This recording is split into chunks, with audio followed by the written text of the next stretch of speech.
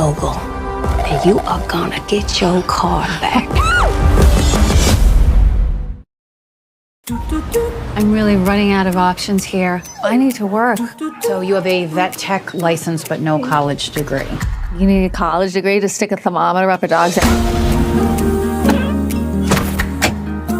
So how long you been sleeping in your car for? 7 months. Did at least a nice ride? It's a 91 Camry. Hey, Mom. Hi, honey. Miss you. I miss you too.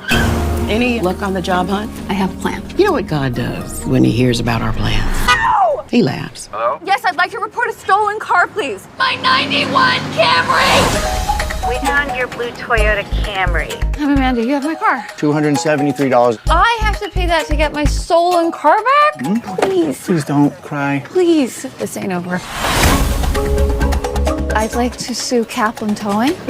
Hi, my name's Kevin Eggers. I'm a lawyer. How old were you? 24. My car is older than you. Let's get to work. We're dealing with legal bullies here. This is what they do. Charge you with fees. What the I'm gonna bankrupt your nonprofit and slit your throat. It's been over 171 days. You have had my car. What? I'm sorry, that was really weird. I have messed up in my life. This situation was not my fault. I need to see my kid. I've missed everything. You can make it. I see it. But I promise you, you cannot make it alone. None of us can. You are Amanda Ogle, and you are gonna get your car back.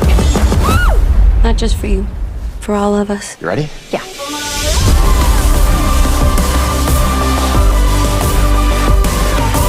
Maybe today the system does the right thing, even for someone like me.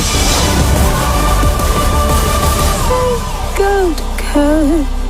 Give me back my car, bitch! I don't think she's well. Hello, my name is Heather Hurt with the NRW, where Nerds Rule the World, and I'm here with Stephanie Laing, the director of the upcoming film Toe. How are you today? Good. How are you? I'm good. Thank you so much for spending some time with me. The film is, it's interesting. It's so dynamic with how women are looked at, especially at a homeless, in the form of the unhoused and homelessness. Can I ask, how did you come upon Amanda's story? So I was, I wanted to make a movie because I do a lot of television and I wanted to make another film. And I reached out to a friend who was like, I think I have this, the perfect thing for you. He sent me Toe. And I read it that night and devoured it. And with every page turn, just got more and more infuriated about the way she was treated, but then also found myself really inspired at the end because she fought with such dignity and fought for her dignity. And really reminded me that like your voice matters, that by the end of it, I was just determined to make it like, no matter what, I was like, I will push this independent movie rock up the hill, as it were, until this is made. And now, like, honestly, so happy that it's just getting released in theaters and people could see it. With that thought, I want to say that this movie, when you see the trailer, you see more of the legal activity, but the film is not part of that. As it hits theaters and as people watch things, and everyone knows trailers are not always accurate. Yeah. Kind of done on purpose. But what would you say to the audience when they go in and they're expecting this Erin Brockovich kind of film, but it's not that? I would say that it is that. I would say that it is that without $1 million payout. I would say that rather than fight, like she's fighting a personal fight where Erin was taking on, a community's fight, that this is a very, very personal one. And in many ways is that same kind of journey where it's incredibly frustrating that there is no restitution for her, and at the end of the day, getting, the way the movie ends and without spoiling it is another thing that like we worked really closely with Amanda, the real Amanda and Kevin, and they were on set the day we were filming that particular scene and told me what really happened. And the movie was scripted to end a completely different way. But in that moment we went, no, this is how it's going to end, because it was another thing of like, you can't make that up. You can't make up like how ridiculous that ending is when they're at the tow yard. And that felt very real. So I would say people coming to see it should just expect to see one woman's fight for justice for herself that I'm sure, in real life, changed, hopefully she was a change agent, right? For things, the way we see things, or perhaps the way vehicles are towed, right? We just don't touch on that in our story. So what you do touch on is you touch on the family element too. This is a very character-driven film all around. Yeah. So once again, as you said, this might not be as community, but it is very, very, very female-driven, very, very legal-driven. And what you see is so much of that, how it affects the family. Why was it so important to include Amanda's daughter in this story and tell their part of the story and how they were impacted from even a privileged perspective? Right. Well, as you see in the movie, like she was, it's intentional that she was like, she's in her own form of a box, right? Because she's in one house and Amanda's somewhere else, like not fully feeling like she can't disclose to her daughter the truth. And in real life, Avery didn't know that her mother was unhoused. She didn't know she was living in her car. She found out when the Seattle Times article came out.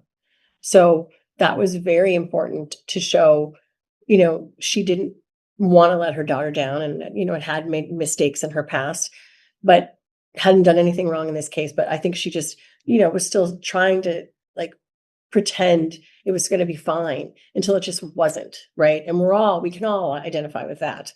And in fact, Avery, the real Avery, made the costumes for Elsie Fisher in the movie. So, because that's really taken from her, from Avery's real life.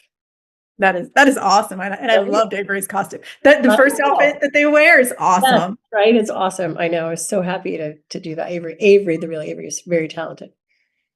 To go off what you said, we do see that Amanda has an immense difficulty admitting that she is unhoused. This is something that actually is a very large problem for everybody. Accepting our faults is very difficult. And unhousing, being in an unhoused situation is terrifying. Why was it so important for you to really exemplify that in this film, that she did not want to say it? Because I think that for exactly the same reasons that you just pointed out, and she was pretending it was going to be fine until it wasn't. And it took her sense of community, right? And in this movie, Octavia, Spitzer's character, and Ariana DeBose, and someone like Dominic's character, to really make her see things in herself that she was unable to see. And we see that every day, right? Strangers come in and out of your life and see you in a different way and poke at you until they wear you down. And you're like, okay. And I think in our story, Amanda's dignity and her perception of herself, she started to own more because she was, fighting this fight and getting to a place of like, I'm not ashamed of this. This is who I am. And stop. You're not treating me with any dignity. Like no one ever said they were sorry. The real person said, Amanda was like, if they would have just said they were sorry, I probably would have given up, but no one did. So it's really about dignity. And with that, I want to speak on your perspective of this. One of the problems about the unhoused is we the normies, I'm going to just say that right now. We don't want to see the unhoused as people because then we would put ourselves down. Amanda has said that in her speech. What did you take away from this film? What I took away was that your voice matters and it counts, and that you have to continue to fight. What I took away was feeling hopeful. What I also took away was that being unhoused, or in our case, like living in your car, vehicular resident, and I love in the movie, it's like what a cute term, because it's so not a cute term, is a growing number. And that even like it is touching almost everyone's lives and we just don't know it. And in a way that is like closer to you than you think, not for yourself necessarily, but for people in your circle of friends and family. And we had we had several crew members that came to me during filming and said, hey, at one time I lived in my car with my family for 6 months, or my brother is currently living in his car in Kansas, So that story was sort of permeating us as we were filming. And that I really took away from it. Like it really is everywhere. Right. And on the opposite side, if you could have one thing that the audience walks out with, what is that one thought you want them to have when they leave this film? I want them to feel charged up to go fight whatever fight they need to fight in their own lives. I want them to be inspired by her story and feel that their voice matters. Thank you, Stephanie, so much for your time today. I greatly appreciate it. Toe arrives in theaters nationwide on March 20th. Thank you so much, and you have a wonderful day. Thank you so much. Thanks.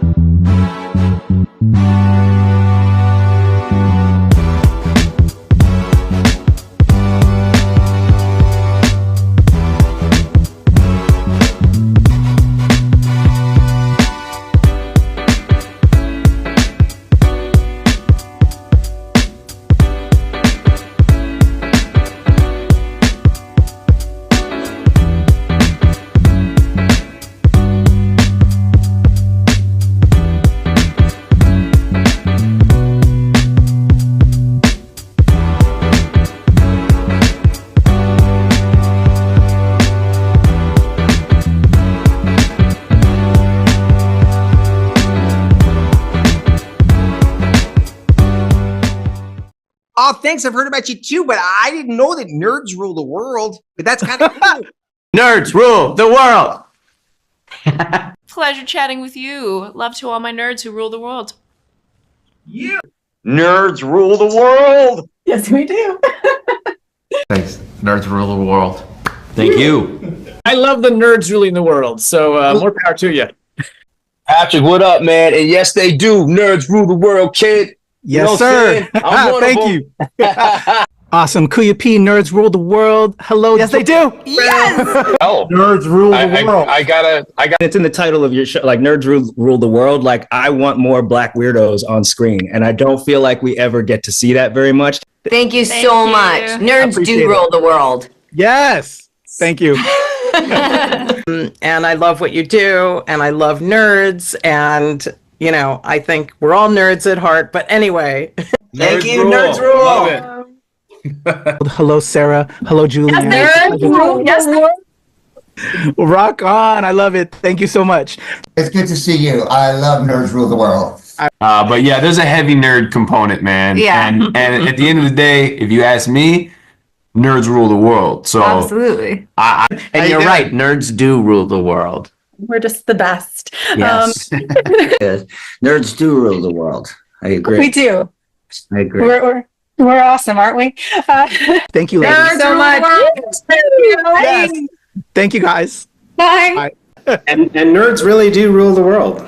Thank you, sir. It's your boy Kuya P. Nerds rule the world. Thank you so much, guys. I appreciate you. do. They rule the world, all right. Yes. Take care, Tony. Thank you, guys. Thank you. Love you, nerds, dude. Get it. Well, I was good until I saw that this is Nerds Rule the World. So are we talking about like everybody you interview is a nerd, right? Oh, it's a legal requirement. It is. It's a legal requirement. Yeah. Or are you, or the second you popped on screen, I was like, wait, are you supposed to be the queen nerd then? I hope so. My handle is Heather is a nerd, so I am a professional at least. Okay. But then you enter that whole question of like, well, if you're calling yourself a nerd, are you really a nerd? A true nerd, would they call them? I don't know. I'm going to start going cross-eyed. Going to psychoanalyze this a little bit. Yeah. Nerds do be ruling the world. Hey, let's go. Swang Who in the building. All right, there's a cut.